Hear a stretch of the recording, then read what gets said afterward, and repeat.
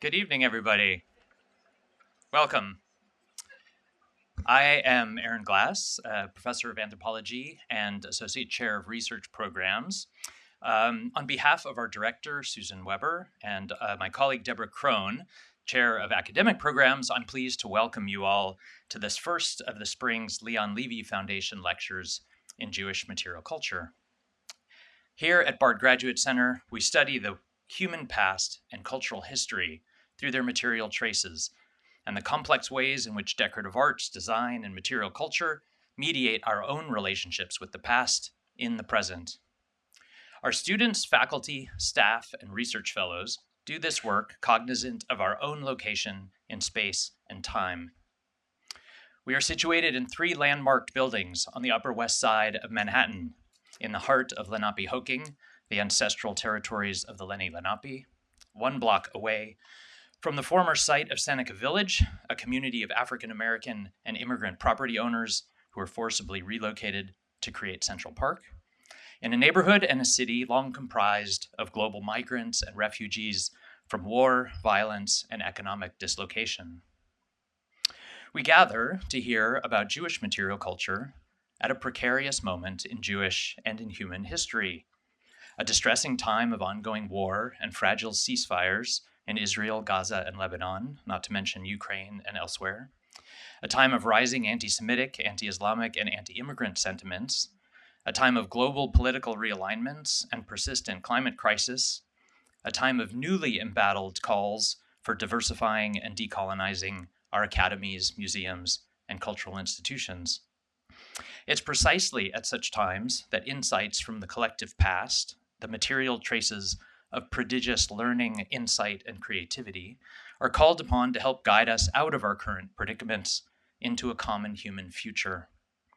As we'll hear tonight, museums can be key sites for mobilizing objects from the past in order to secure collective memories in the present, to help heal historical traumas, and to imagine possible tomorrows.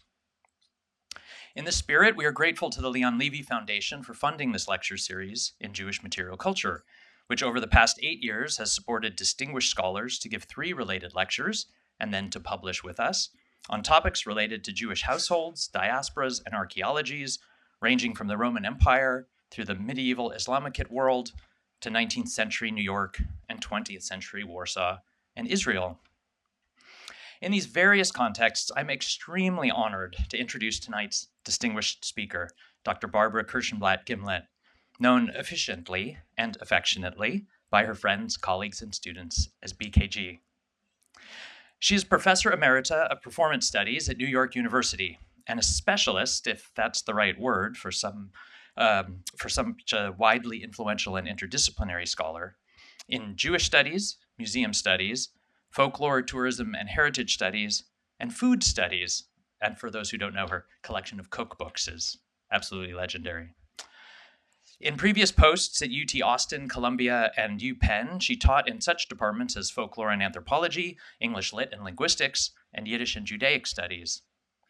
A prodigious scholar, the recipient of countless awards and fellowships, a beloved colleague and mentor, a fixture on global editorial boards and advisory committees, and an internationally recognized museum consultant, she is currently the Ronald S. Lauder Chief Curator of the core exhibition at POLIN Museum of the History of Polish Jews in Warsaw, about which we will hear more tonight.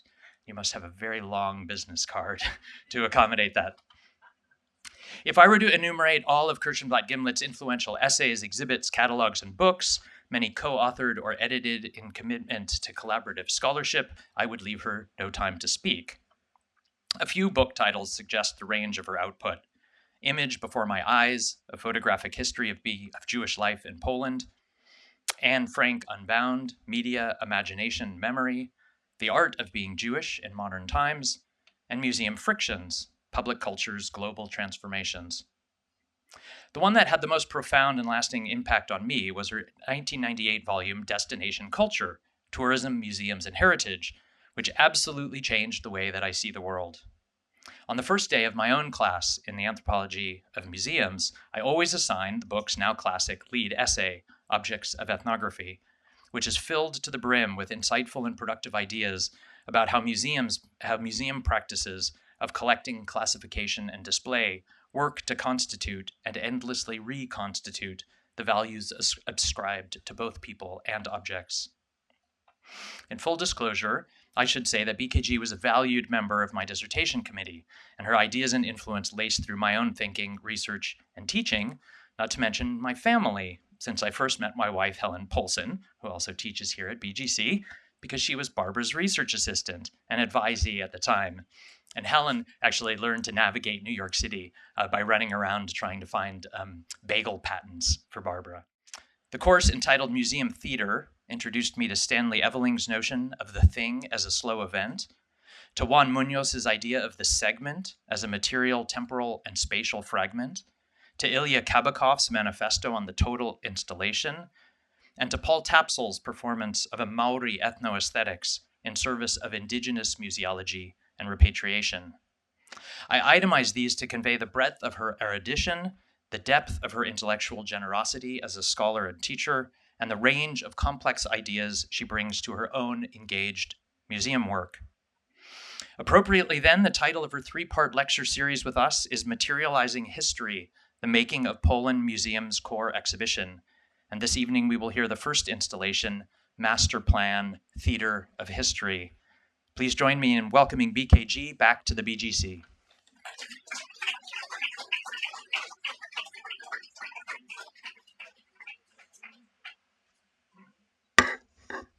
Thank you very much, Aaron, and thank you for the invitation to speak, and also to Andrea Kircher for making it possible for this event to go so smoothly.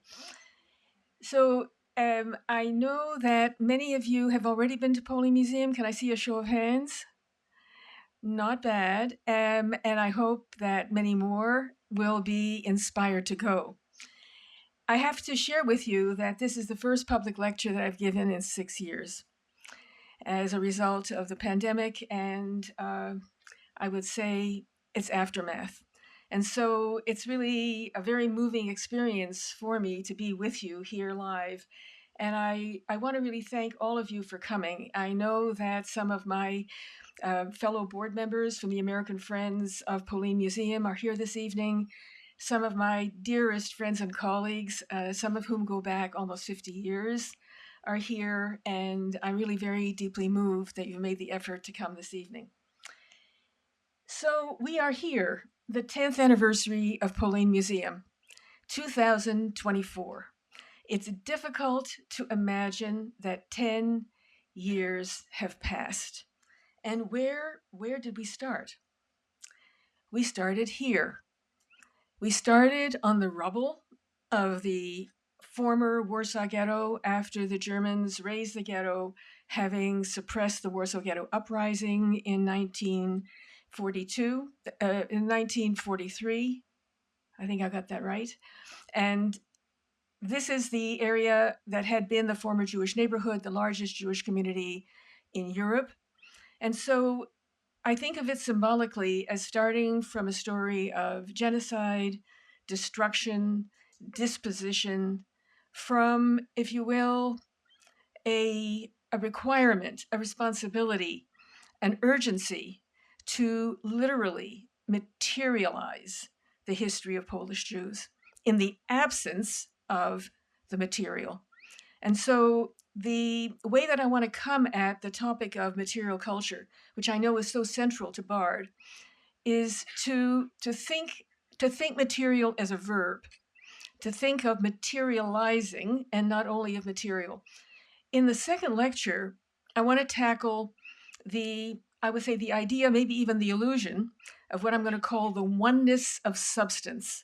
Somehow the idea that the uniqueness, the originality, the authenticity, the realness of an object inheres in its irreproducibility as substance. And that is it's an idea that we really put to the test in ways that I think are extremely productive and interesting, and we'll come to that in the second lecture. But tonight, what I want to do is to share with you how we dealt with this situation. So first of all, the only, I would say, the most iconic evidence that Jews once lived in Warsaw, in Poland, and created an extraordinary civilization over the course of almost a millennium, became the largest Jewish community in the world in the 18th century. By the mid 18th century, half the Jews in the world were living in the historic territory of the Polish Lithuanian Commonwealth. That's 750,000 Jews, which is absolutely extraordinary. And as a result of the Holocaust, over 90% of the Jewish population of Poland was murdered. And so the really virtually the most iconic evidence of this extraordinary community that was no more was the Warsaw Ghetto Memorial, the memorial to the Ghetto Heroes, which was unveiled on the 5th anniversary of the Warsaw Ghetto Uprising.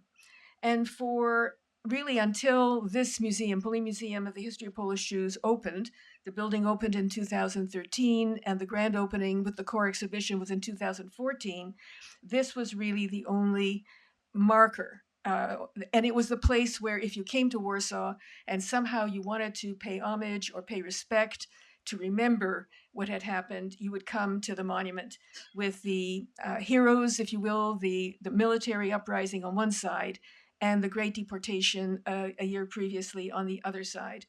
In the course of the years that followed, the rubble was cleared and communist era housing was built all around it, but there was a plaza and a meadow that was basically left empty. And so, in many ways, I would say this 1,000-year history of Polish Jews was overshadowed by the cataclysmic event of the Holocaust.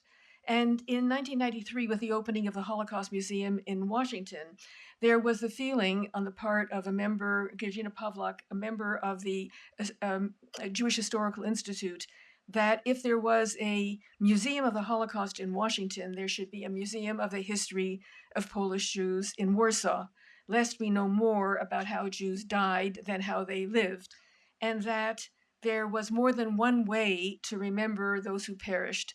We could go to the monument to remember how they died, and we could come to the museum to honor them by remembering how they lived. And that was really the starting point for the creating of POLIN Museum.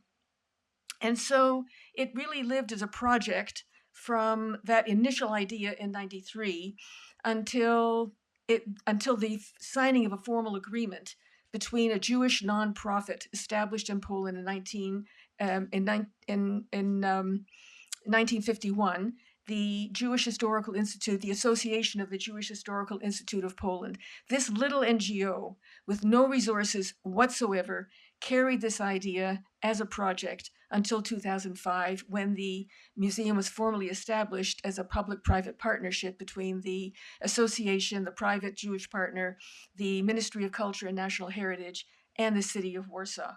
And there was an architectural competition. The winner was a Finnish architect, and the brief was create a building that would stand in a respectful relationship with the monument, not higher than the surrounding buildings. And of course, the monument was monumental when it was unveiled, but today, as monuments go, it's modest in its scale, but deeply, deeply resonant. So he created a building that was minimalist and shimmering glass on the exterior, and that was filled with light and drama on the interior. And then he did something really, I think, very, very, very effective, and that is he essentially allocated the entire footprint of the building to the core exhibition. In essence, with the exception of where it begins and ends, a black box. And this was what this did was to give us total flexibility in creating the core exhibition, but it also gave him total flexibility in the creating of the building because his architecture did not have to accommodate the exhibition, and our exhibition did not have to accommodate itself to his architecture. And so from that main floor, you descend a very grand set of stairs into the core exhibition. Now, I would say that 1,000-year history basically, okay, so we started without a collection. We have since formed a collection, and we now have over 19,000 objects, but we began without a collection, without an historic neighborhood, without any urban fabric, without a building, as there are many other museums that are in an historic building. We had no building. But we had our greatest asset that we had was the story. And one of the themes that I will be pursuing in these three lectures is the importance of what I would call intangible heritage, because intangible heritage is what makes matter matter. And that we'll see through some of the examples both tonight, but especially in the second lecture, we're going to see the ways in which um, the intangible plays such a critical role in what makes the tangible matter. And so we had the dilemma, and we had, if you will, the responsibility, the mission to tell the story and to tell it in the most compelling way that we could, and to tell it in exhibition, to create an experience, to tell it in exhibition terms. So, this is my starting point for what I'm calling the materializing of history, which is to say, giving history a material expression. This is very, very different from how so many other museums proceed, which is to say, they are both blessed and I would also say cursed by having a collection. And blessed in the sense that they may have many wonderful objects, and cursed because very often they are compelled to try to tell the story they're going to tell through the objects that they have. And those collections, even had we every single relevant object to this thousand-year story from anywhere in the world, we would never have been able to tell it exclusively or even primarily through objects for reasons that I will show. And so we did something quite different, and that is we came to think about the exhibition as a story unfolding in space in three dimensions, and to think of an exhibition as not starting from a collection, but starting from the story, and as a story experienced in narrative space, in three dimensional space, where the experience is defined not exclusively and not even primarily visually, but haptically through your the orientation of your body in space, because it's as you move that the story unfolds. So this is a very particular way of thinking, and I can sum it up really by describing it as I have in the subtitle of this talk as a theater of history. And by theater of history, I will try to show you some of the ways in which we have materialized history using scenographic techniques, what you might call still life theater or theater of the mise en scène or scenographic theater. And this is, it's very, very material. It's just not material in the way we normally think when we think about museum collections. Pardon me, and when we think about historical traces or material traces.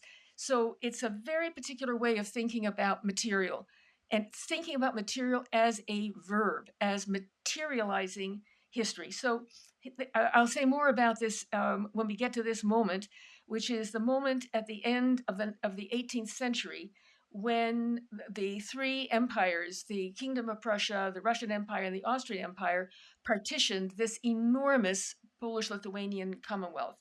And it's a really beautiful example of imploding a story in space and using the experience of exhibition to communicate the story in a way that materializes history. Now, it's not that we didn't show objects, it's not that we didn't want to show objects. In fact, the Association of the Jewish Historical Institute has a collection.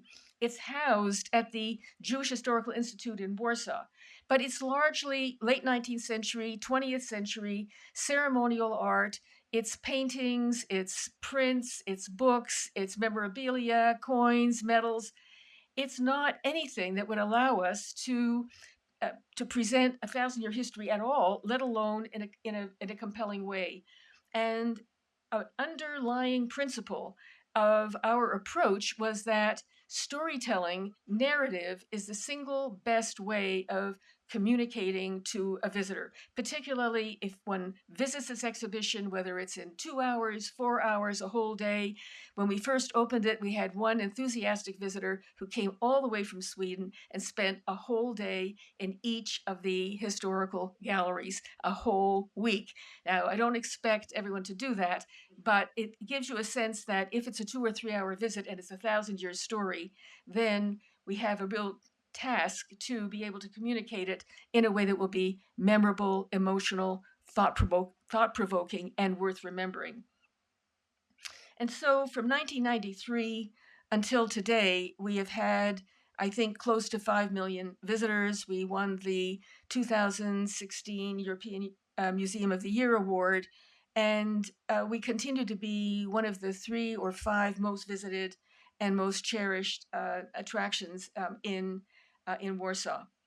Now, I think that a virtue of the fact that there were so few resources for creating this museum, the association, the private Jewish philanthropy that really was spearheading the project, they decided to create this museum from the inside out, which is very, very unusual. So that the first task was to actually come up with a master plan for the exhibition rather than to basically hire a architect and then try to figure out what to put inside. So this was the exact opposite. And that is, we had the story, we wanted to develop a master plan, we would give that to the contestants in the architectural competition, and we would ask them to create a building that would be in the spirit and would accommodate this kind of exhibition.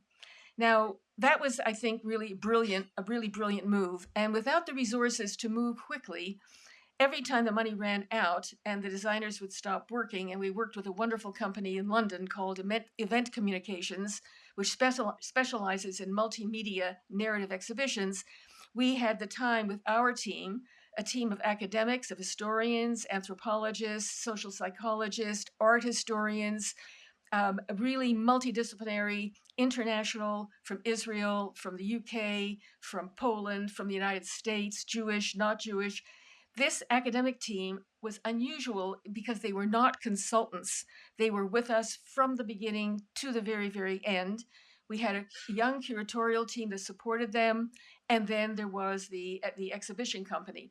So when they would stop working, we would continue. And as a result, we were able to develop a particularly intellectually coherent approach to how we would approach the history as well as the narration. And there's a whole set of what Moshe Rossman would call meta-historical principles, which is to say large principles that would run all the way through the exhibition from the very beginning to the very, very end. So, for instance, that Jews were not only in Poland, but they were also of Poland, that we would present a spectrum of Jewish relations, from insulation to integration, from competition to cooperation, that spectrum of relations wouldn't be equal at all times. It would be weighted differently at different moments and at different times. Or, for example, there were many who felt that the entire museum should be dedicated to the Holocaust, or that it should end with the Holocaust. We said no. Or they would say, the most important period in the history of Polish Jews is the interwar years. Or, the medieval historians said, nobody's going to come to my gallery. Who's interested in the medieval period? The 19th century historian made the same complaint. So when asked, what is the most important period in the history of Polish Jews, my answer was always the same: 1,000 years. And so when we were delayed in opening and we were urged to start opening it gallery by gallery, we said, absolutely not. It's the whole 1,000 years or nothing. And so that was basically our approach. And there are many other of these general principles that we feel really provide a kind of intellectual coherence that guided us all the way through. Now, we actually, I would say, we begin this 1,000 year story in a very counterintuitive way. We begin it in a poetic way. It's in the museum world and the exhibition world, this is called a priming experience, which is to say, it's a way to separate the visitor from the tickets, the subway, parking his car, the cloakroom, and to, in a sense, prime the visitor, to open the visitor to what the visitor is going to experience as they enter the historical narrative. And the way in which we decided to do that was by bringing the visitor into this poetic forest where the visitor would encounter a legend that Jews told themselves about how they came to Poland, why they came to Poland, and why they stayed. And the idea to start with a legend and to start with a story that Jews told themselves to try to explain to themselves how they got here, we thought that that would be surprising, poetic, interesting, and a very good priming experience for entering the core exhibition. And I can share that story with you during the discussion if you're interested. But it's also a story of how uh, Poland, well, at least from a Jewish legendary perspective, how Poland got its name. But it is a folk etymology. However, we have taken it and called the museum POLIN, which is actually inspired by this legend. So, what do you do? And basically, what do you do when you don't have objects? For a variety of reasons. I mean, what survived from the medieval period? I'll show you what's. You tell me how you would make. Okay, the medieval period is 500 years. It's the first half of the millennium. 500 years. Here's what I've got. Here's what we've got by way of original objects, Jewish, from this territory, from this period. This is it. We have a tombstone, 13th century, from Wrocław, probably a Sephardic cantor, judging by the inscription. And we have coins from the early 13th century. Of course, not that large. They're smaller than their size of a dime, or maybe even a nickel. But they're fascinating. I mean, I had no idea. So some of the very first Jews the traveling merchants, basically the earliest Jews to come to the territory were Jewish merchants, and they were traveling all the way from Spain and across Poland along trade routes well into Byzantium, and they were trading spices and furs and all kinds of precious goods. And then some of them would actually settle, and some of them got a privilege from the prince or the king to mint a certain number of coins. And some of the coins that these Jewish minters minted have Hebrew inscriptions.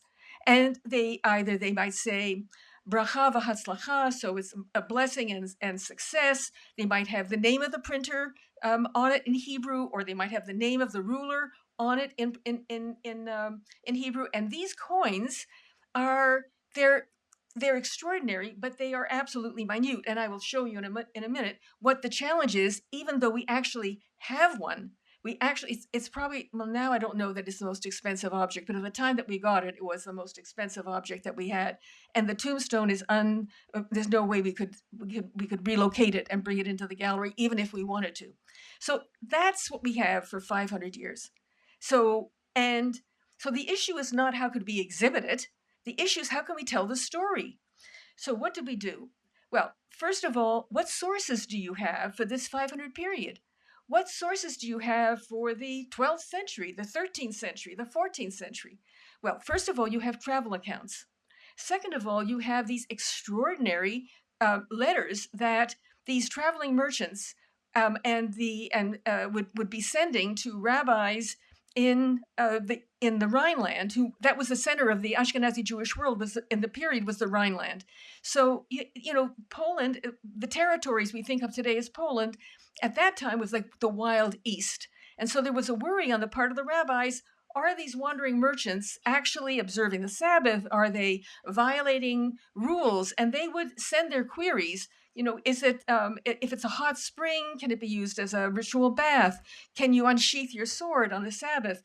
There were all kinds of wonderful stories that are in this rabbinical correspondence. So we go to the travel accounts, we go to the rabbinical letters, we go to contracts, to trials, to all kinds of material, and we cull all these stories, and we want to tell them in a way that will actually tell the bigger story of how a few traveling merchants from the 10th century evolves into 100 places where Jews are settled, about 15,000 Jews. 50 of them are now Jewish communities by the year 1500. How did it happen in 500 years? How did that happen? That's the story. And so what we did was we took illuminated manuscripts from the Rhineland mainly, because we didn't have them from that early period from our territory. We went to two of Poland's most celebrated comic book artists, And we asked them to illustrate these stories in the style of these illuminated manuscripts using their skills as comic book artists. And then we hired restorers from Polish churches to hand paint the galleries. These are the most materialized. I mean, literally, the result is like standing in a three-dimensional, a 360-degree, um, I would say, human-sized illuminated manuscript is what the feeling is with these hand-painted galleries, hand-gilded using historical gilding techniques. And as a result, we get this extraordinary hand-painted gallery. Now, what did we do with that coin? Can you see that coin? It's there. It's like a piece of bubble gum. I mean, it's minute. And what's more, the one that we have is not one of the most well preserved. So, even if you looked at it with a magnifying glass, we know that it's the real deal, but what are you going to do with that? So I'm not sure that this is necessarily the best solution, but it's a very, very good example. So, what was our goal? Our goal was to communicate, and we wanted to communicate to our visitors what these coins were. And so we actually selected a couple of very, very graphic ones. This is a kind of big coin.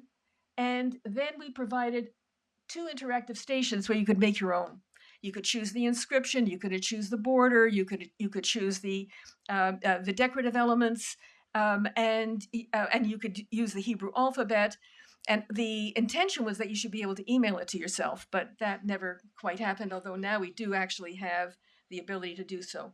And so that gives you a sense. I mean, initially, this for me is a very good example of what I would call materializing history, giving history a material expression.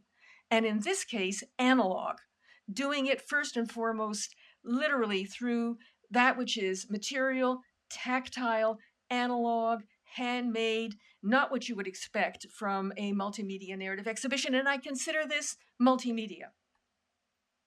So we had passed the threshold between legend and history when we entered the medieval gallery, the first 500 years. The next two galleries deal with the period of the Polish-Lithuanian Commonwealth, the 16th, 17th, and 18th centuries, when Poland and Lithuania formed a commonwealth to be stronger in fending off their neighbors, the Russian Empire, the Kingdom of Prussia, and the Austrian Empire. And this is really an extraordinary period, which we divided into two parts. The first part, we looked at a very, very important moment in this history, and that is when the center of the Ashkenazi Jewish world shifted from the Rhineland to this territory. And what the hallmarks of that shift were, and these are very abstract ideas and extremely difficult to materialize, to show in a material way. And the two aspects were the rise of rabbinical authority and Jewish learning on the one hand, and the rise of Jewish communal autonomy, the ability of Jewish communities to essentially run themselves with an exceptional high degree autonomy between the period of the temple in Jerusalem and the state of Israel. It's really very, very exceptional. So that was our task. And we wanted to do it, we wanted to do it in a way that would be consistent with our approach, was that our narrative would not be a master plan, kind of master narrative from an authority that would basically simply tell you the story, but rather would be multi-voiced, and that it would be narrated from voices in the period, essentially a kind of multi-voiced, first person, in the moment of the period story. The storytelling would be coming from inside the period without foreshadowing what was going to happen next. And that was very important for us because we wanted to avoid having our visitors anticipating the Holocaust and seeing the entire story starting with hate and ending with genocide as a kind of inevitability. And so it was very important for us to pull back on that teleological drive by keeping our visitors in the immediate present of the moment of the story, and by only telling the story through the voices of that moment. And so this is a wonderful example of our way of working, which is excerpts from primary sources in the original languages in a period font, and in English and Polish translation. And so here we have a kind of choir that can be in harmony or cacophonous, that is a whole range of voices about whether this Commonwealth was a paradise for Jews, meaning that Jews had it too good, because the term comes from a satirical poem that's critical of everything in the Commonwealth, or whether in fact it really was better. And the great Rabbi Moses Isserles said, well, it's sure better than in Germany. So it may not be perfect, but at least it's better. So these voices here give you a whole range of points of view, and that is a fundamental principle. In other words, this is our play script for our theater of history. So we're working with narrative space scenographically, and we're working with these voices as our play script for narrating the story. So this is the territory of the Polish-Lithuanian Commonwealth, where today these are the countries we think of as Poland, Belarus, Ukraine, um, Lithuania, Latvia, and there's some related areas, Poland, of course. And it's all it is a graphic. It's one of the most meaningful elements in the entire exhibition. People take photographs of the name of their hometown on the map. It's so deeply meaningful. So, how do you materialize two extremely difficult concepts? The concept that this place became the center of the Ashkenazi Jewish world because of the high degree of rabbinical authority and religious learning. And we decided that the best material expression of this idea was print and printed books. Now, the problem, of course, with printed books is, and I'm a great lover of books, is a book is a book. You can open it to one page or well, two pages. Our visitors can't read it. They don't know what it says. They can't explore it. It's just there. You can tell them it's important. You can tell them that it was the first. You can tell them anything you like. But basically and fundamentally, they're looking at a book. And so there were two things we did that we thought could really help to get the message across that we wanted to get across, which was the power of print to make learning widely accessible in a way that absolutely transformed, I would say, Jewish culture in the region. Because before that, it was manuscripts, limited elite that had access to them. Now you really were in a different ballgame. And some of the earliest of these Hebrew and Yiddish books were actually published here. And the story of those printers is amazing, really fascinating. So we did two things that I think really helped us in this regard. One was very material, and the other was very digital. The material one was to create printing presses that were presses that didn't roll, but literally, when you pressed, you had to press to get the ink to press onto the paper.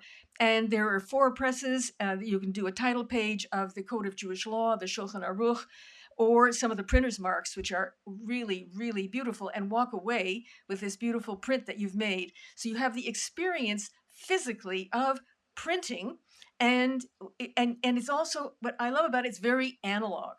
And I think these analog experiences, what we call in the business manual interactives, I think that manual interactive is not very poetic, but nonetheless, that's what they are, and they, I think, really are a very good example of the role of these, I would say, materializing experiences in communicating the story in a way that's memorable, powerful, interesting, and engaging for visitors of all ages. We intended it for kids, but adults love it.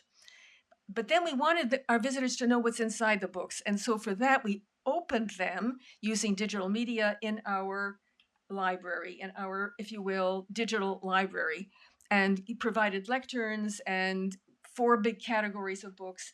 And we tried to, if you will, introduce them to some very fundamental concepts that are in the content of these books by giving them the opportunity to explore them digitally. We broke this period of the Polish-Lithuanian Commonwealth into two parts, with a caesura of the Khmelnytsky uprising and the century of war of the 17th century, which is a very difficult story. And the objects in this section actually we have on loan uh, from the Museum of the Military in Warsaw. So essentially, the weapons that were used in this period that were the source of such incredible brutality, which are these events are recorded in the Abyss of Despair, an extraordinary eyewitness and also reported from other eyewitnesses document about what transpired during this period. After the Khmelnytsky uprising, by the end of the 17th century, the Commonwealth rebounded and began to renew itself. And it was in this period that the nobility, who had already gained a lot of power, this became known as a republic of nobles because the king or the prince, in order to get the nobilities to support them, had to make many concessions to them, give them huge tracts of land and a great deal of autonomy. And so the nobility, on their huge estates, their latifundia, they created private towns. And these private towns were the economic hub of their vast, largely rural estates. And it was in these private towns that that Jews settled. They were welcomed or invited by the nobility because of their economic skills, that they were literate, they knew how to run business, they could deal with numbers, with economics, and so Jews began to play a very, very important role. And these towns, which we call Jewish towns, and we locate them in the 18th century, largely 17th, 18th centuries, and I'm going to talk more about them in the third lecture because that's a really what we call the shtetl. But we call them the Jewish town because we don't want to invoke Shalom Aleichem and the Fiddler on the Roof and 20th century images of these, provincial backwaters. These were really very, very, very important economic centers in these vast rural estates. And so it's here that we, in a sense, shift to the everyday daily life, away from the rabbis, away from the printing presses, away from Jewish communal autonomy, and we zoom in on everyday life in these Jewish towns. Now, and here, let me tell you a little bit about some of the dilemmas. So, of course, as we come closer and closer to the present day, we have access to more and more artifacts, objects. But and our Polish visitors, they expect objects. They expect and they get fabulous, marvelous objects in their museums. But the National Museum in Warsaw or in Krakow, in the new Polish History Museum that will open before long, amazing, incredible objects. So they come to us and they're hoping they're going to get lots of original objects. In fact, there are quite a few original objects in this exhibition, but nobody seems to pay attention. Nobody seems to notice them, which I have to say is enormously frustrating because because on the right here is this is a showcase of original objects. And here you can see it up close. And here I gave this book to the museum. It's an 18th century Tzena. It's a Jewish, well, they call it the Jewish Women's Bible. It's not a Bible. It's complicated. It's a book that Jewish women would read on the Sabbath. They might read it aloud. It followed generally the sequence of the Torah readings, but it was full of stories and explanations, and it was in Yiddish. And in my case, it was illustrated. It was an 18th century Tzena, and I gave it to the museum as a gift. And you've got candlesticks. And also, we have here, I thought this would definitely get their attention. It's a citron, of course, not a real one because that's not allowed. It's a fake citron. But why is it there? It's to illustrate a story in the Tzena. And what's the story? That after the holiday of Sukkot in the fall, the harvest holiday, a pregnant woman should bite off the tip of the citron, which is one of the fruits that's part of the bundle that's blessed on Sukkot, so that she will give birth to the baby as easily as a hen lays an egg. So it's one of the many, many, and from our point of view, our visitors will very often remember that story more likely than something very consequential that we think they should know all about. So, but nonetheless, nobody pays any attention here. Now, in this gallery, it has two centers of gravity. One is the marketplace, which was the opening image I showed you, and the other is the synagogue. So the marketplace anchors the story of everyday life, economic life, interaction with the non-Jewish neighbors, the tavern, the church, the home. It's that kind of the everyday life. This synagogue and everything around it is all about religious life, communal life, and so we had always envisioned that there would be an element from the wooden synagogues, which were the great architectural achievement of Jews in this territory during well, actually, even from the 16th century, but certainly by the 17th and 18th century, which was the high point of these exceptional, these incredible wooden synagogues. We thought we'd always have an element. And the original master plan basically, what they provided for was almost like I would say, just a wooden ceiling that a set designer would create from some drawings. And we decided that we could do a lot better than that. And we did. And I'm going to tell you much more about that because that's the subject of the next lecture. And it raises so many interesting questions about the whole idea of where does the value lie in an object of this kind, and where are some other examples internationally, for example, in Japan, and there are other wonderful examples that have to do with the way in which we created this. But to give you a sense of, and you have it on the card that was on your seat, we created this a very, very exceptional painted ceiling and timber frame roof of the wooden synagogue that once stood in Gwoździec, because none of these wooden synagogues survived the war. Basically they were destroyed. The Germans burnt them to the ground, and if they hadn't already been damaged just because of warfare. Now, we do have original objects here, and we were fortunate enough, and we have been gradually replacing loans and copies and facsimiles and anything with original objects at all, and original objects in our own collection. So, for example, this was gifted to us, this wonderful 18th century Galician Torah crown, and we have it in a showcase, which is to represent symbolically the Torah ark, the On Kodesh, in the synagogue under the painted roof. Nobody pays any attention, and which is criminal. But I think actually, I know what to do about it. I do know what to do about it. I've been trying, and I do believe we'll get there. And I'm going to show you some of the ways in which we have been getting there. But this one I'm still trying, basically. So, but let me give you another example.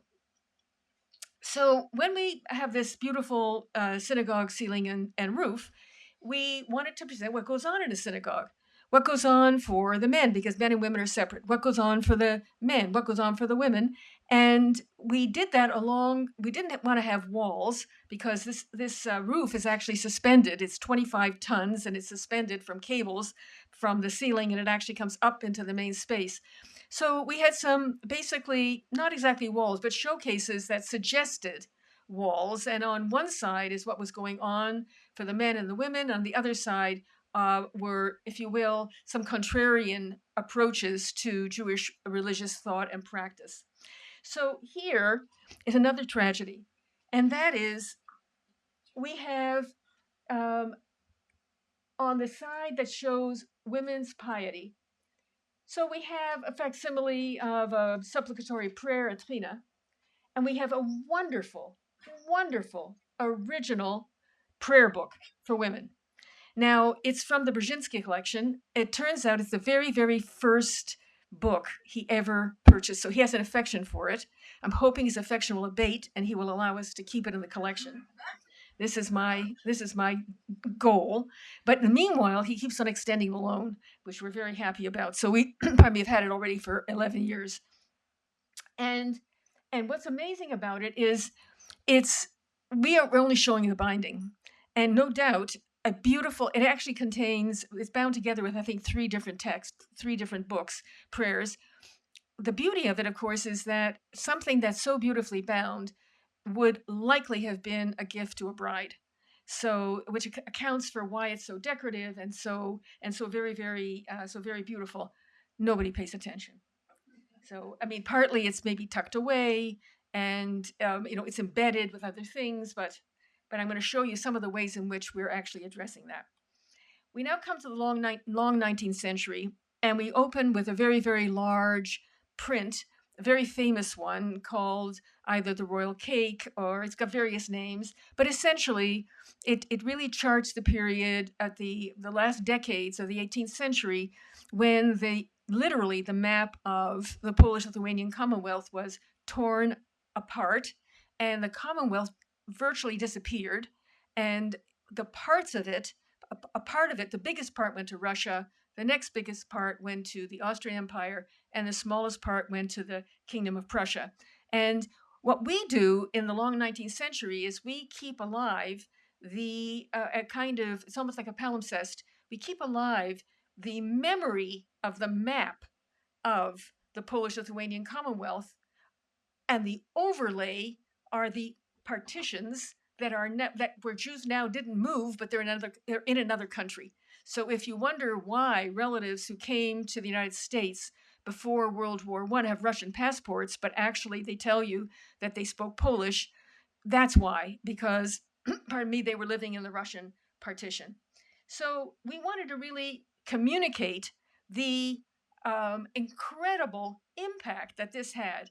And you can talk to your blue in the face. It has no impact. And impact is everything, because without impact, nobody's going to remember. They've been there 2 hours. I mean, they've been there an hour, and they're already at the end of the 18th century. And so in order to have the impact, to realize what happened, and of course, I have to tell you that my Polish colleagues are horrified by this. I have one, my 19th century historian, whom I adore. He thinks this is like a stain on Polish honor, to show these three rulers having chopped up the Polish-Lithuanian Commonwealth, that this is shameful, and that to give them such prominence is really an affront. However, it has impact, and that was our goal. And then what we've done is to organize the whole story around this, showing each of the partitions, showing the change in population. And then we have three little thrones around this table, so that you can sit on the Prussian one, the Russian one, the Austrian one, and read the new rules and regulations, and take a quiz as to whether or not you'd qualify to live in this partition. So it's, how can I say, it's a way to essentially implot the story in space, and to give it, if you will, a material and physical presence that visitors experience with their body. And of course, everybody takes their photograph in the throne of the last king of Poland, which is empty and transparent. So that definitely communicates a message. Now, for the long 19th century, there are many themes, and one of the most important themes for us was that this is a museum of social history, and we want to communicate the everyday life of ordinary people and how their lives were transformed by all the rules and regulations in these partitions, in these empires, where there was an effort on the part of the government to reform Jewish life, to modernize, and to reduce what they saw as the exoticness and the differentness of the Jews living in their territory. And so we thought that the wedding would be a great opportunity, because so many, first of all, it's the most elaborated ceremony in a Jewish woman's life, but also it's so elaborated, and the pressures on it were enormous in terms of marriage age and role of the rabbi, and all kinds of, and also internally there were efforts to modernize. So we have this is based on a painting by Tronkowski. The original painting is enormous. It's in California in the Magnus collection. There was no way we could bring it. And so, and I wouldn't say it's my favorite moment in the exhibition. And as the 10 years have worn on, it's become one of my less favorite moments in the exhibition. But it in a sense, it did for us what we couldn't do and could not have done with the painting. But that doesn't mean that we didn't show original paintings. We do. And this is a marvelous, unbelievable painting by Smakowski. It's on loan from the National Museum in Warsaw. A beautiful original painting, but relatively small, and nobody pays any attention. It's right here. And this is a colossal failure. So, and it's a whole, it's an entire, it's our it's our wedding showcase. It's an entire showcase filled with original objects, and some of them really, really interesting. And it just doesn't work. And so and I should say, I'll just give you some other. We thought wedding canopy. We couldn't get a real one, even if we even if we could have gotten a real one from the 19th century, would never have been able to. It's textiles. You can't hang textiles like this, and you can't leave them up for more than a few months. So we made a copy, and there it is suspended. Nobody notices. We thought, people would feel like they're under the wedding canopy. They don't. We created an area that was supposed to present changes in Jewish dress, pressures on the part of the state, pressures from within Jewish society. And you can maybe see that better here. And we created a video, which we're going to redo because I think we can make it much better. And we have some original objects, some actually wonderful. The bonnet, the brusttuch, this embroidered part of the married woman's dress, and we narrate it from the point of view of an incredible woman, Polina Vengerov, who lived through the better part of the 19th century and wrote an incredible memoir in which she not only documents change, but she documents her experience and consciousness of change. I hope that's okay. Now, every so often there's an opportunity, and an opportunity has arisen, and I have my fingers crossed that I don't jinx it, that we're about to acquire an extraordinary painting that is enormous. It's probably taller than I am, which is not saying much, but it's probably taller than I am. It's enormous. It's extraordinary. And when it arrives, it becomes the reason to completely reconceive and redesign this gallery. So our proposal is get rid of that so-called wedding showcase and all of those. I wouldn't tchotchkes is the wrong word for them, but all those little bits and pieces, and because it's just not working. And get rid of the swinging doors with the changing whatever. I mean, we won't go on about that. And to do a new video that is a much, much more effective one that brings the narrator, the Paulina Vengerov, from the period forward. And that entire space is going to be organized around this painting as a magnetic focal point, or what they call in the business the wow factor, so that visitors are, in a sense, caught in the power and beauty of it, and then hopefully we are able to engage them in the wider story. Now, there were topics that were considered very important for which we had no material, no photographs, no paintings, nothing visual, no objects, and that was the story of the modern yeshiva. And actually, we created one of the most memorable, most effective presentations, which is essentially painting of live actors and a yeshiva setting in which we tell the story of modern religious study, modern forms of religious study, which is one of the great success stories of the 19th century because it persists unto this day. But this is a fully digital response to a situation. Now, here's another case where really this was also a flop.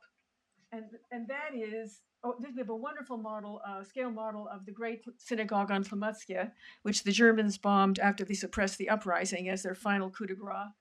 And then we wanted to present these sort of three paths of the 19th century of how did three key individuals respond to the challenges of modernity. And so we did that around three figures, including Moritzi Gottlieb, including Sheen Unsky. And we have them here as these figures with some text panels, and Gottlieb and his paintings. It's really, I have to say, not what it should be. And what was the opportunity that arose? The opportunity that arose was an extraordinary find. And what was the find? It was a painting that had been believed to have been lost, and then after many, many, many decades turned up at auction. It was purchased, and then the anonymous buyer put it on deposit. Pardon me. Put it on deposit and has allowed us to exhibit it. And what is it? It's Maritzi Gottlieb, who was an exceptional painter, who died young. I think he was in his early 20s, has an extraordinary oeuvre, and who, as basically, he was always a teenager, to be honest, and he kept on painting himself. His self portraits, all kinds of self portraits. This is one of them. But this portrait is a portrait of himself as a Polish nobleman. So, what this does is let us tell the story of those Jews in the 19th century that were no less Jewish, but identified very, very strongly with Polish history, Polish language, Polish culture. We move through the 19th century through the story of the railway, of industrialization, urbanization, and also of the rise of modern Jewish social and political movements, bring our visitors into the 20th century, into the Interwar Years Gallery. And here we do have some original objects, but not that many opportunities to do the kind of transformative changes that we have done elsewhere. But the principle of materializing history is here very, very much in evidence. And so it's divided into political parties and then cultural expression in Yiddish, Polish, and Hebrew. Growing up, and the actual objects here are the toys that my father remembers making as a child, and that he taught me how to make, and I made them. And so we actually show them here, and we teach our visitors how to make them. Um, and and then everyday life across the length and the breadth of the new Second Polish Republic. Our visitors exit down this two-story evocation of an interwar year street, and they see at the end of the gallery, they see people looking up, and it's here that they realize that the bombs are falling, and these are the staff of the American embassy who are waiting to be evacuated and are watching bombs falling on Warsaw as the war breaks out on September 1st. We tell the Holocaust story almost exclusively or largely through the documents in the Ringelblum archive, which I'll explain in just a moment. But we do not actually show the original documents, which would be they're paper, they're very fragile. It wouldn't be possible. But what we do is that we use them as the source material, and we tell the story of the Holocaust within the borders of the Second Polish Republic, of the borders of interwar Poland, and we tell it largely through two diaries that are in an interplay with one another. One, the diary of the leader, the head of the Judenrat, the Jewish Council, Adam Chernyakov, that the Germans established. The other, Emanuel Ringelblum, who organized an underground archive to record everything that was happening in the Warsaw Ghetto. And that archive survived because during the Great Deportation in the summer of 42, the archivists, the 60 volunteers who did this in secret, realized they might not survive, and they packed the archive up in tin boxes and buried them, and then another cache just before the Warsaw Ghetto uprising.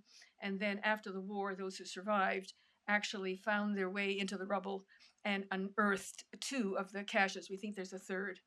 And so we bring our visitors through the story of the Holocaust, which again, there's no foreshadowing and it's not the end of the story. And we bring them to the post war period, which for many of our Polish visitors is the most important period because it's their period. And it's a story really that we're going to pick up because it's very much a story of also migration, emigration, and forced relocation, dislocation. We tell the story of the Warsaw Ghetto Monument, violence in the early years after the war, life after communism, and then the last big wave from the last big wave of migration during the March 1968 anti-Semitic campaign mounted by the Polish government. We end, if you will, not the story, but the visit with the period post 89. And at this point, our visitors are no longer in the black box and our theater of history. They're actually now in the space of the building as they were when they entered with the forest. And this is a space where you cannot control light, you cannot control sound. And it's also a space where we decided not to do an information rich historical narrative starting with how did communism fall in 89 and what happened and NATO and European Union, etc., but rather to focus on one main message. And the one main message was small numbers, big presence. In other words, the actual absolute number of Jews in Poland, however they count themselves, however you count them, is relatively small. But Jewish presence in Polish consciousness is huge. And I would say that the solution we came up with, the concept is good, but the solution we came up with was subpar. Visitors are already quite tired by the time they get here, and it was not the best solution. Good concept. So we had an opportunity and we seized it. And this is what we did. And what we did was to create a structure within which we could show a new film, a new set of interviews with Jews living in Poland today, in which they answered a new set of questions. Questions they were asked before were questions like, did you always know you were Jewish? Or is there a future for Jews in Poland? And the questions here are organized around the idea of proof of identity. Pardon me, a wonderful film by Mikołaj Grinberg, and we juxtapose it with a painting that was given to us by Wilhelm Sasnal, who's a wonderful contemporary Polish artist and international artist. And that painting is a painting of Majdanek with a bicycle in front to suggest the ways in which the, if you will, the traces of Jewish presence in Polish are everywhere hidden in the Polish landscape in plain sight. And so it's a wonderful, that message is in that painting. There's another message in these interviews. They are in a juxtaposition with each other, and it's very, very powerful in this space. But the story's not over, and we were pressed to create a space, which we did, thankfully, far away from the core exhibition, on another floor, in another corner, dedicated to distinguished Polish Jews and their contributions. And I understand that this space is going to be retired. But the good news is that when you exit from the post 89 presentation, you will exit into this incredible space of reflection, which is dedicated to all the places in the world where Polish Jews settled, the lives they created, what they took with them, and what the heritage of Polish Jews means to them today. Thank you.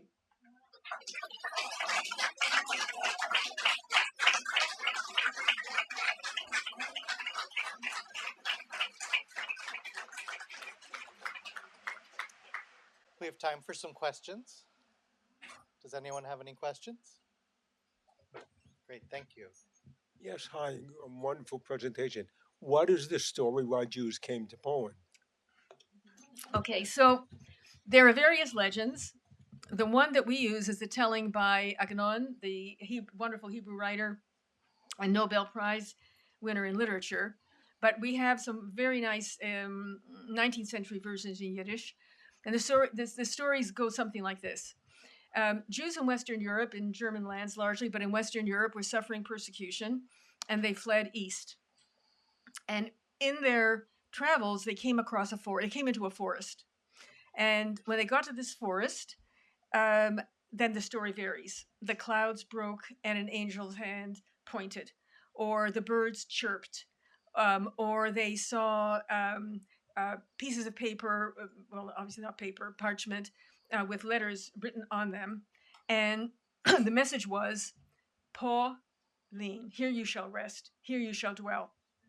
And they said to each other, it is divinely ordained that we should come here and that we should stay here until Elijah comes and announces the coming of the Messiah and takes us to the Holy Land.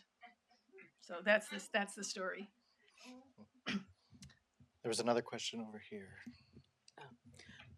Thank you for the talk, the presentation.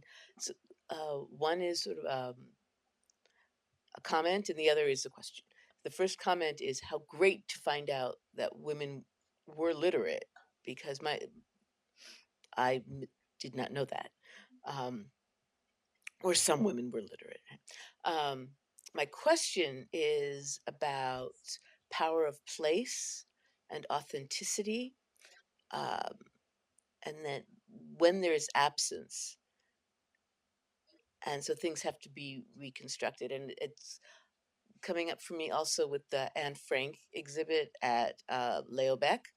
And so I have been to the Anne Frank house in Amsterdam, and I haven't been yet to this exhibit, but I'm trying, to make some sense out of this, and I'd love to know what your thoughts are. Okay, so that is the subject of my next lecture. So really, because, excuse me, well, let me say this. This is a site-specific museum. And what site-specific museums do, or should do, is to harness the emotional power of the site.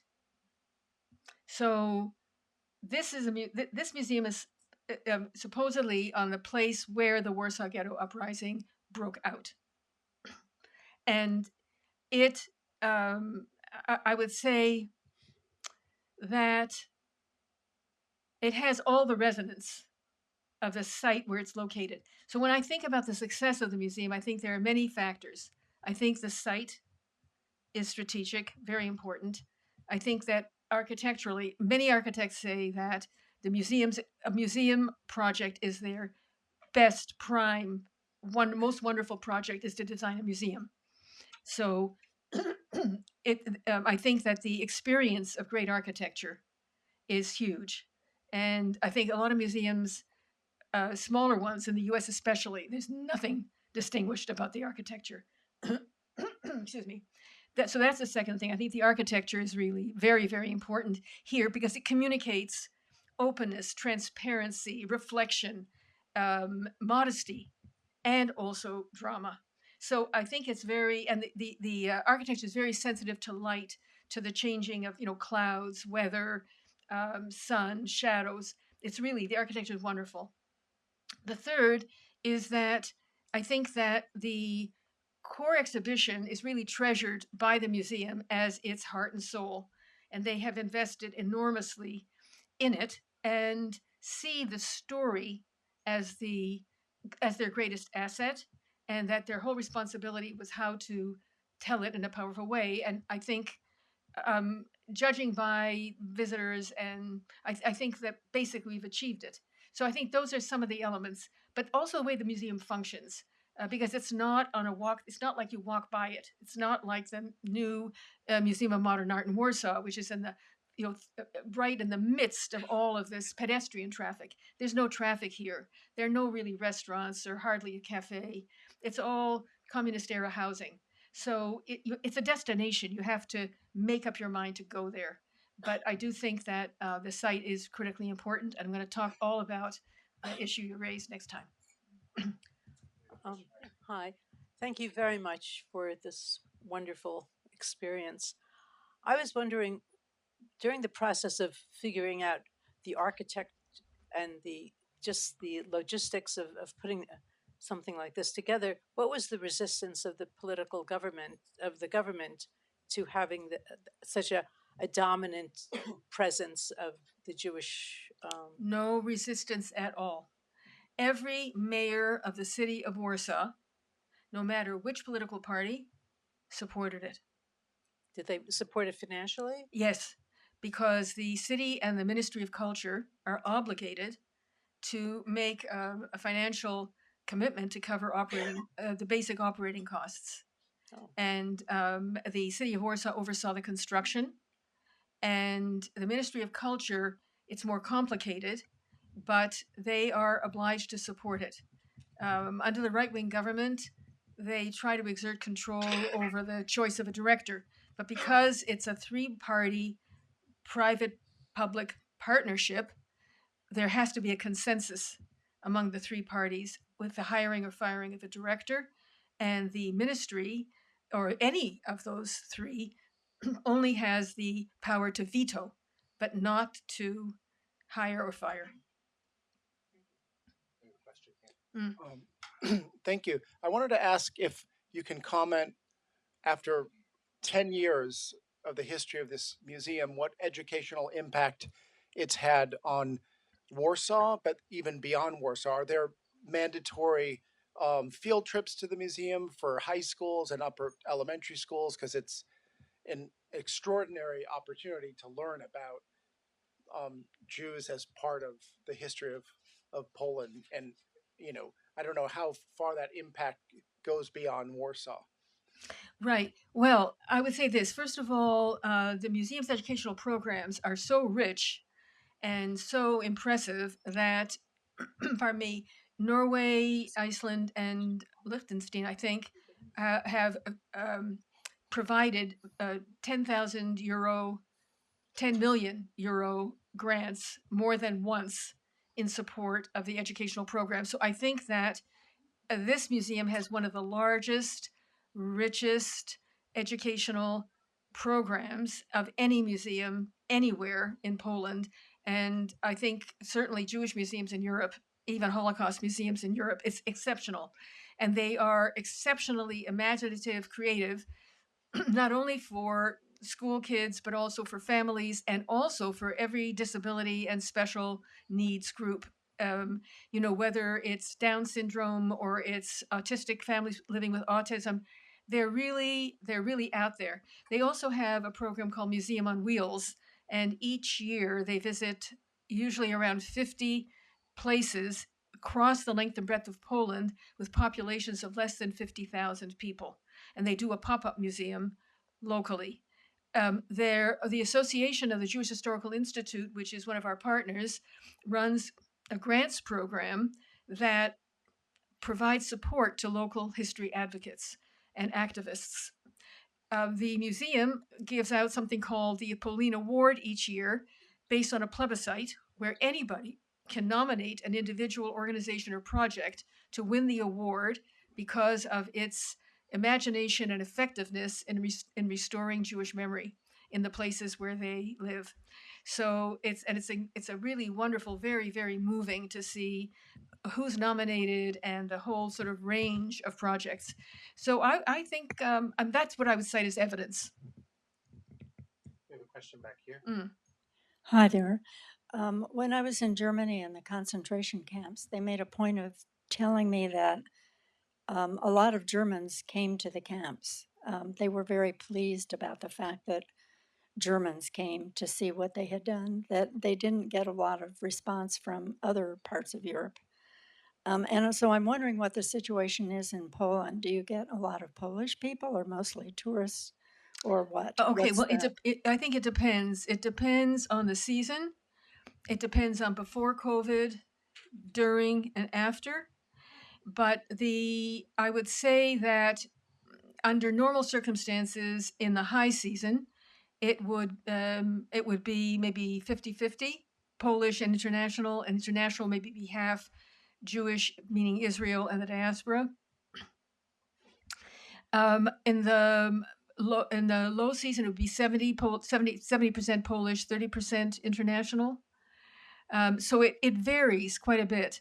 But Polish visitors are our mainstay, and they are a very, very high priority for the museum. And their responses are really amazing. One of the most touching for me was when an older Polish gentleman was leaving the museum, and his comment was, this is a museum of Polish history. And I thought that was really extraordinary because it's not a museum of the history of the Polish state or the Polish nation. It's a history of one of many minorities living in Poland. And it meant that he could see this museum as an expression of there being more than one way of being Polish. And from our point of view, we also hope that Jewish visitors will see that there's more than one way of being Jewish. And so I think that we have really a large number of Polish visitors, and generally speaking, very, very good response. Now, but that said, under the right-wing government, which had 2 terms, I, for the first time, heard something I hadn't heard in more than a decade before. And that was that whenever we touched a delicate subject, like the anti-Semitic campaign in March 1968, or anything that would stain the good name of Poland, which was part of the Ministry of Culture's historical policy, which was to protect the good name of Poland or to promote or to pardon me, to make sure that the good name of Poland was preserved. Anytime they felt that there was a stain on the good name of Poland, they would say about us that we were, quote, anti-Polish, that we were anti-Polish. I thought, oh my God, you got to be kidding. There's like nothing anti-Polish about this museum at all. But that was definitely, that was something that we started to hear at that time. Well, there's still a very strong right-wing element, so I would expect. Thank you so much for your talk. I just think, just as a comment, that the work that you guys have done to make history material is really inspiring for me.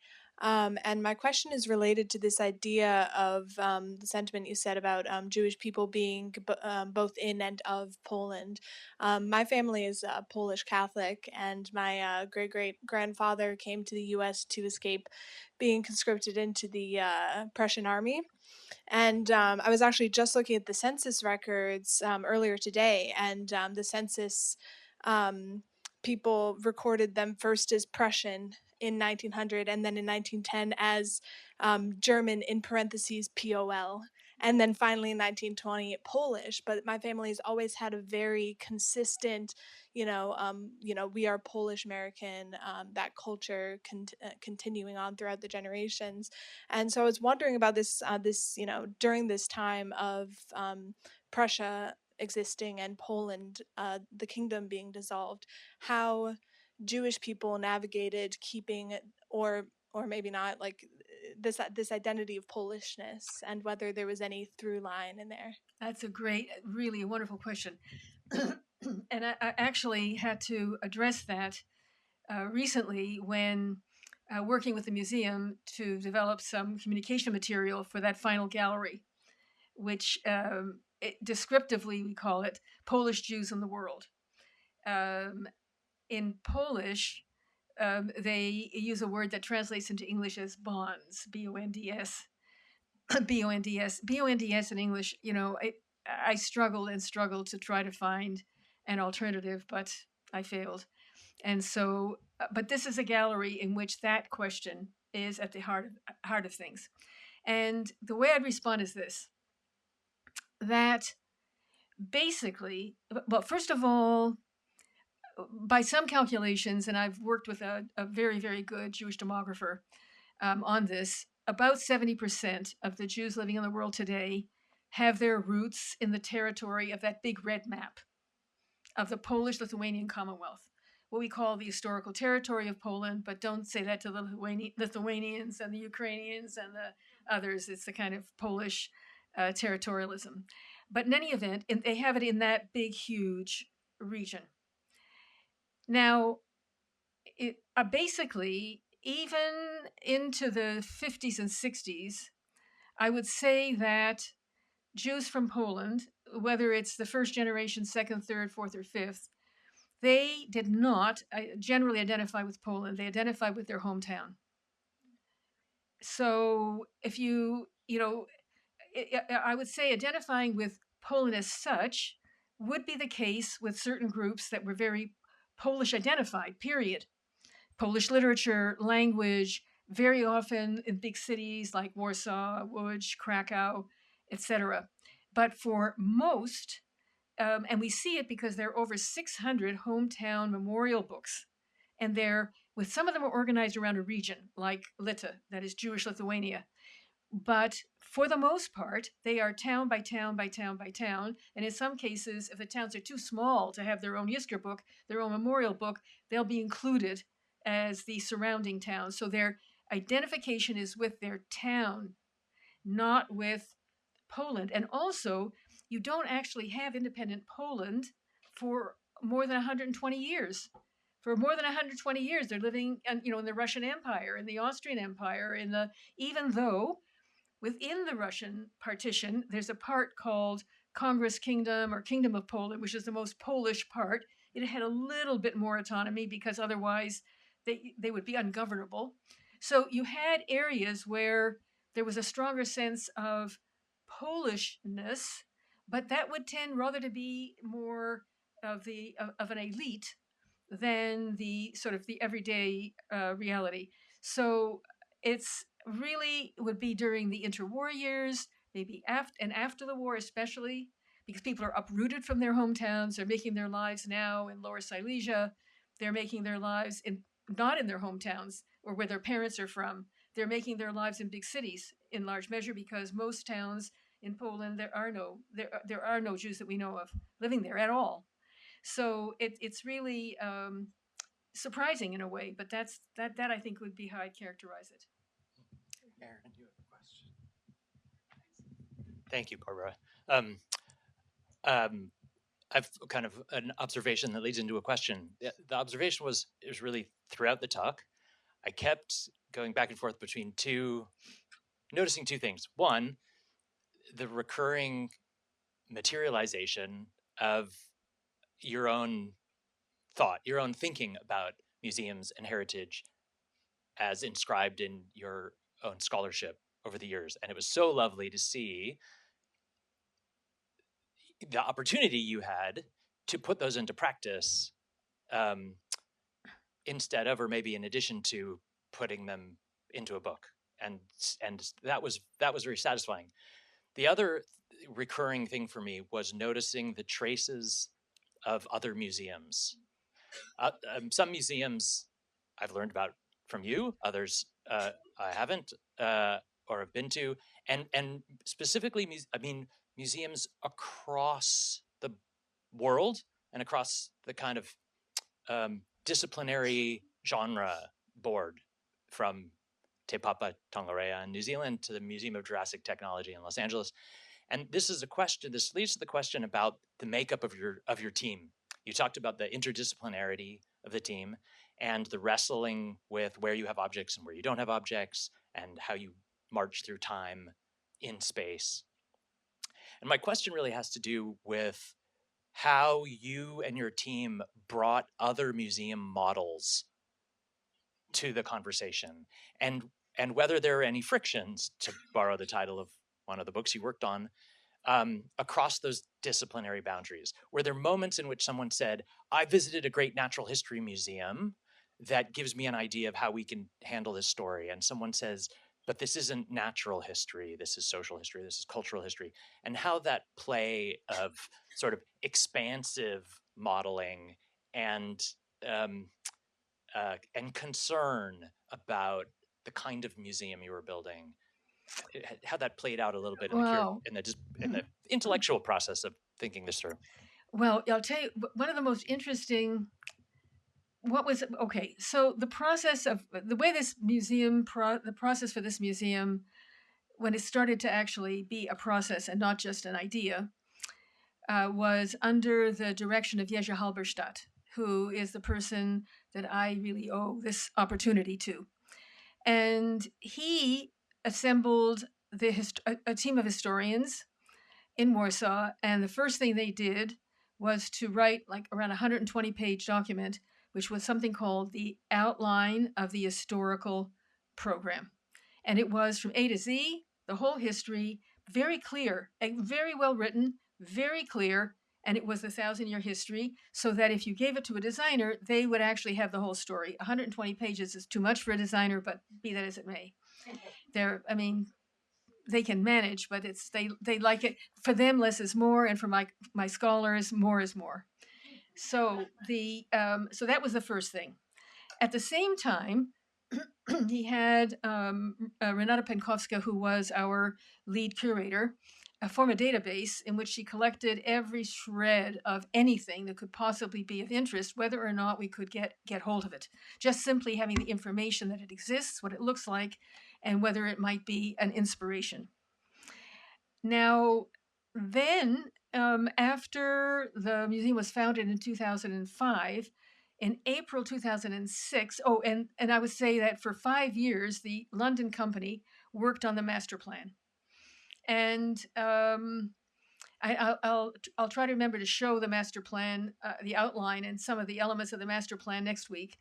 But they produced a master plan, which is to say, they took the outline of the historical program, they took the database, and they made a quote exhibition without there being a building, no building. So the first thing that that we did, and it's particularly working with Yezha that we did, he and I, was to form the team that would take that master plan and really review it and take it apart and put together what would be the basis for going forward. And in doing that, nobody on the team, except I think probably me, but none of the scholars and none of the curators had exhibition experience. None of them. But they were quick studies. And some of the best ideas came from some of the historians. You wouldn't expect it. You wouldn't expect it. Honestly, it was amazing. They got up to speed. They said that the experience of working on the exhibition transformed how they teach. And the last time I was in Warsaw, the medieval historian who was worried that nobody would visit her gallery, she brought me her latest book, which she said is based on what she learned in working on the exhibition and working with images and objects. So I would say that in a way, they were exhibition virgins. That in a way, the exhibition designers had too much experience, and the team was completely fresh.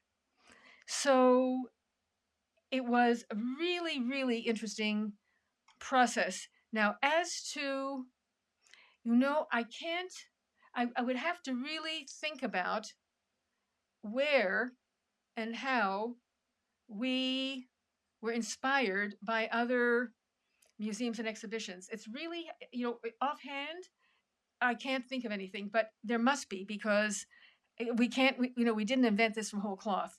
So there must be, but I would have to think hard to be able to pinpoint exactly where and how. And incidentally, I should say that the designers that produced that master plan actually produced a wonderful exhibition, finally, in working with them. I mean, they're really good. Any other questions? Well, I hope you'll all join us on March 20th for the second lecture in this series. And for now, please join me in thanking Barbara Kirshenblatt-Gimblett.